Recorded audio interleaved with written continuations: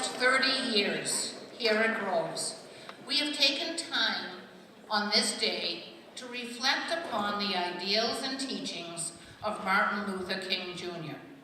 And we take this opportunity to think about how his words, his beliefs, and his dreams still challenge us today to think about the social and political needs of our society.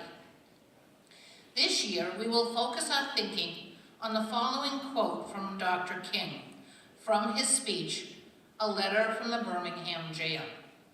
This was written in 1963. The quote is, "Injustice anywhere is a threat to justice everywhere." Throughout the history of the civil rights movement in the United States, many people have experienced injustice, discrimination, ridicule, and cruelty.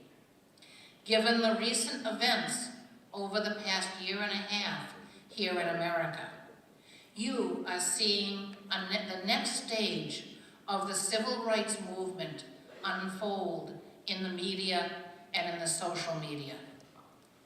The following video captures the images of people who have been victims of injustice during the last 50 years here in America.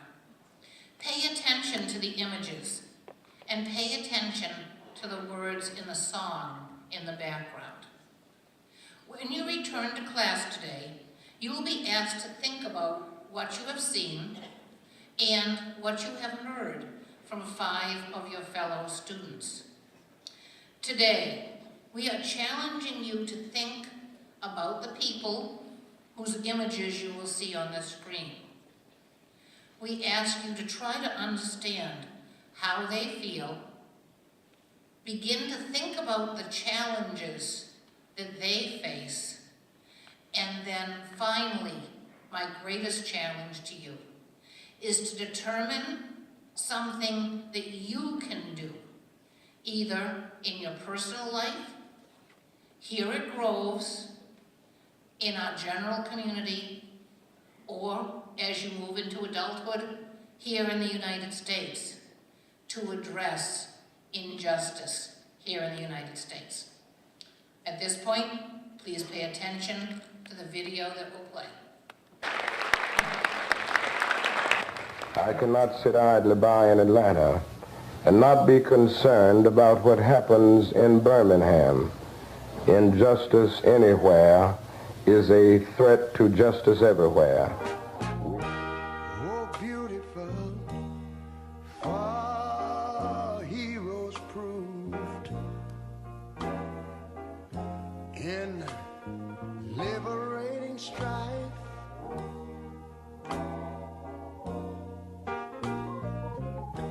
Who more than self their country loved,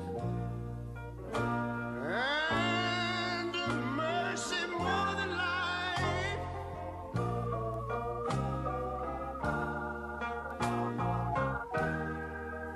America. Put his hands in the earth, and he started to get down, but the officer still approached with his weapon drawn, and he fired 7 more shots, and my friend died.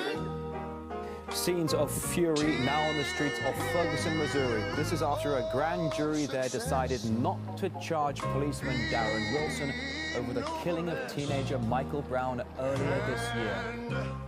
Every gain divine. And you know, when I was in school, we used to sing something like this. Listen here. Oh, beautiful,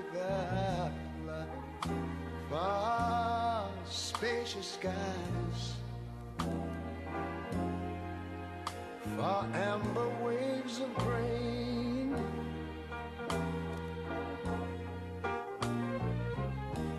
far purple mountain majesties. Fruited plain. But now wait a minute. I'm talking about America, sweet America.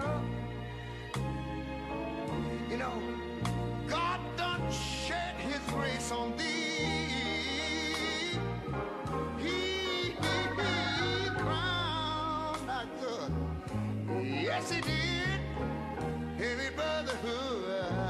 We are caught in an inescapable network of mutuality, tied in a single garment of destiny. Whatever affects one directly affects all indirectly.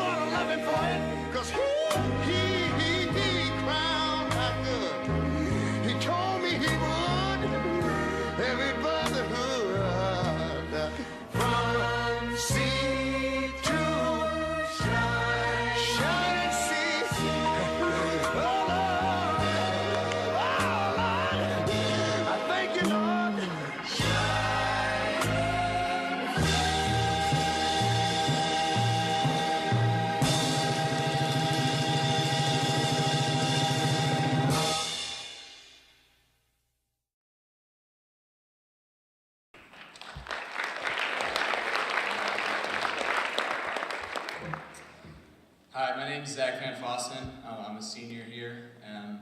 A lot of you are probably wondering why I'm up here right now.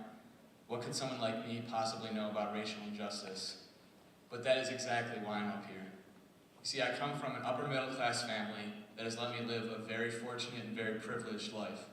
And too many people like me are completely oblivious to the racial problems in our society today. I too was oblivious, but the events that transpired in the past few months involving racial injustice opened my eyes to the demons of our society. However, I want to encourage the many of you out there like me who have lived privileged lives to think about the challenges that some of your peers live with, and in turn challenge yourself to think of the things you can do to change this culture. This cultural change will be a slow, meticulous process, and each individual must decide if they're willing to do their part to change. Thank you.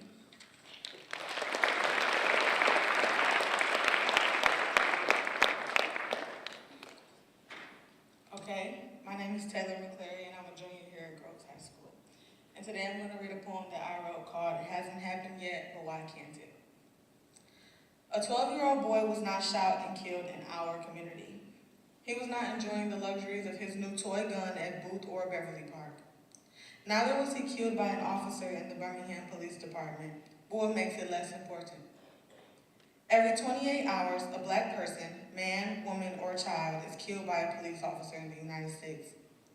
That statistic is uncommon in our suburb, so therefore it isn't spoken of. We have a tendency to dismiss things that aren't personally affecting us. A mother 659 miles away in Missouri is crying right now over the death of her son. But since we do not see her, apparently we do not hear her. And if we do not hear her, then I guess we shouldn't feel her. But we should.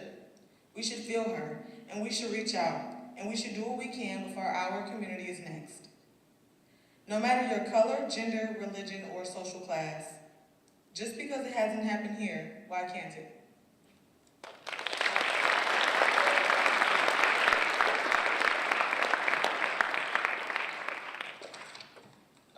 Hello all, my name is Shashank Raj and I'm a senior here.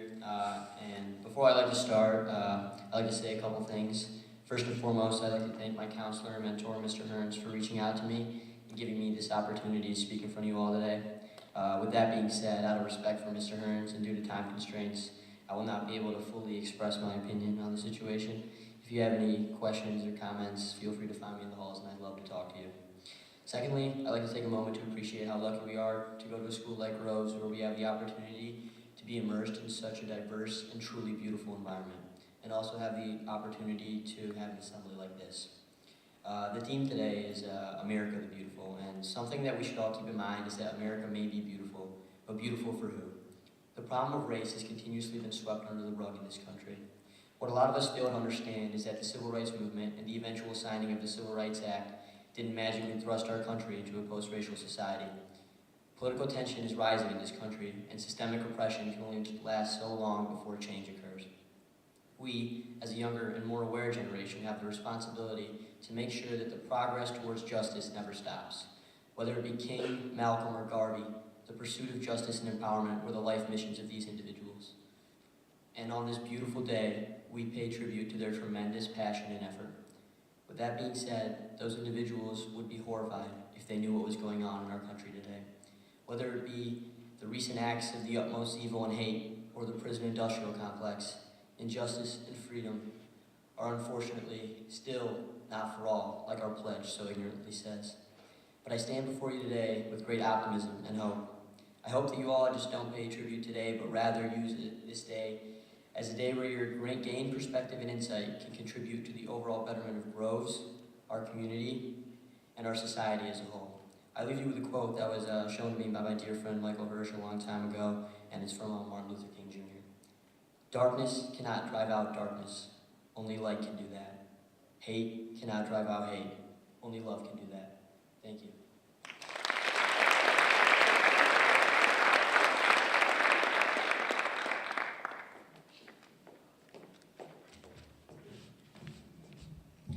Hi, I'm Kate, and I am going to say my speech. Good morning, I am Kathleen Kaufman, and I am a junior at Groves High School. I am good at leading, talking to people, and have a positive attitude, like Martin Luther King Jr. I have a dream. My dream is that bullying will stop forever. I see people get hurt or hurting others. I wish people would treat each other with kindness and respect. I want to treat like an other student, and I will treat you the same way. Thank you.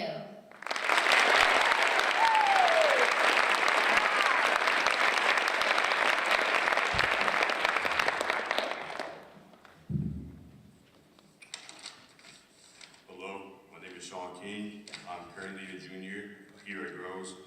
I'd like to begin by defining inequality.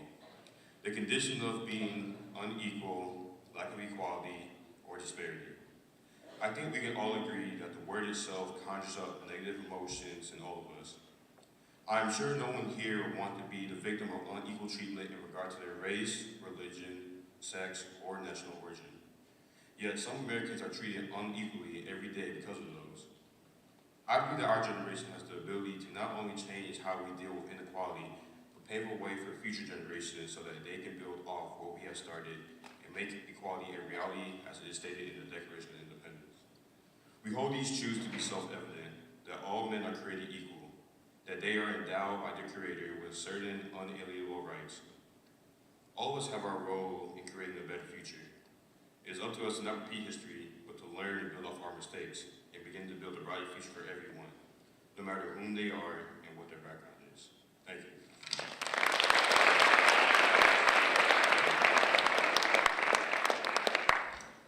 I'm Lily Flexig. I'm 16 and a junior here at Groves.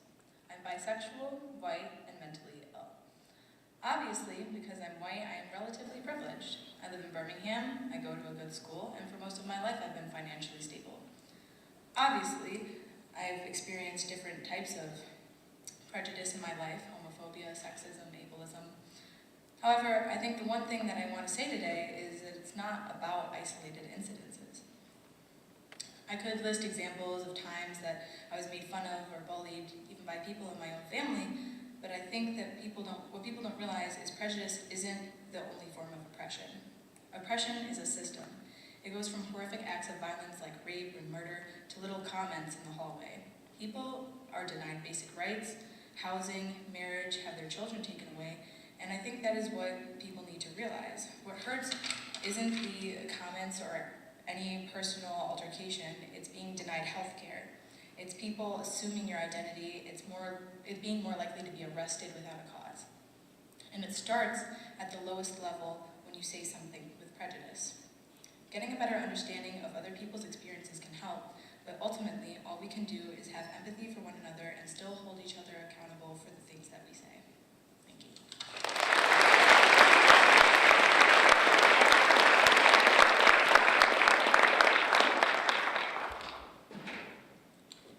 Thank you. Please join me in paying tribute once again to the 6 students who had the courage to stand up here and make their beliefs and their hopes for the future known to you.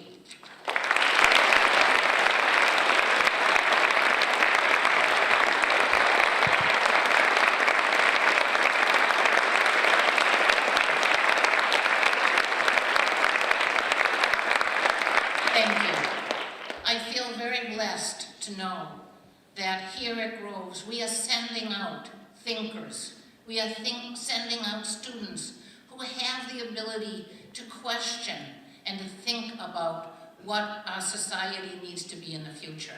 These are great representations of what you are being taught and what we hope that you will all bring out from here into the future. Thank you.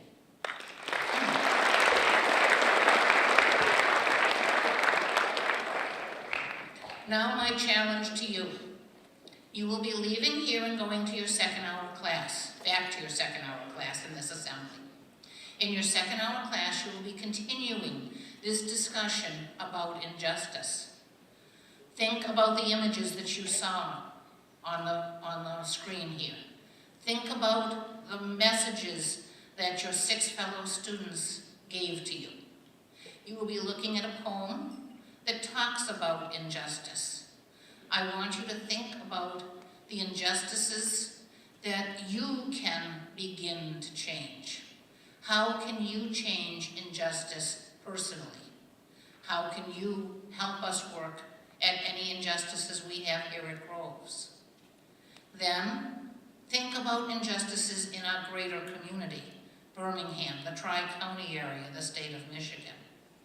And for those of you now moving into adulthood, post-secondary education, the military, or the work world, where can you get involved here in the entire United States, and in some cases, for some of you, the global environment? So think, go back, reflect, take a stand. At lunchtime, you will have the opportunity to put down in writing what you can do to help fight injustice and move our world and especially our nation into a country of more just means. Thank you. Please return quickly and quietly to your second hour class.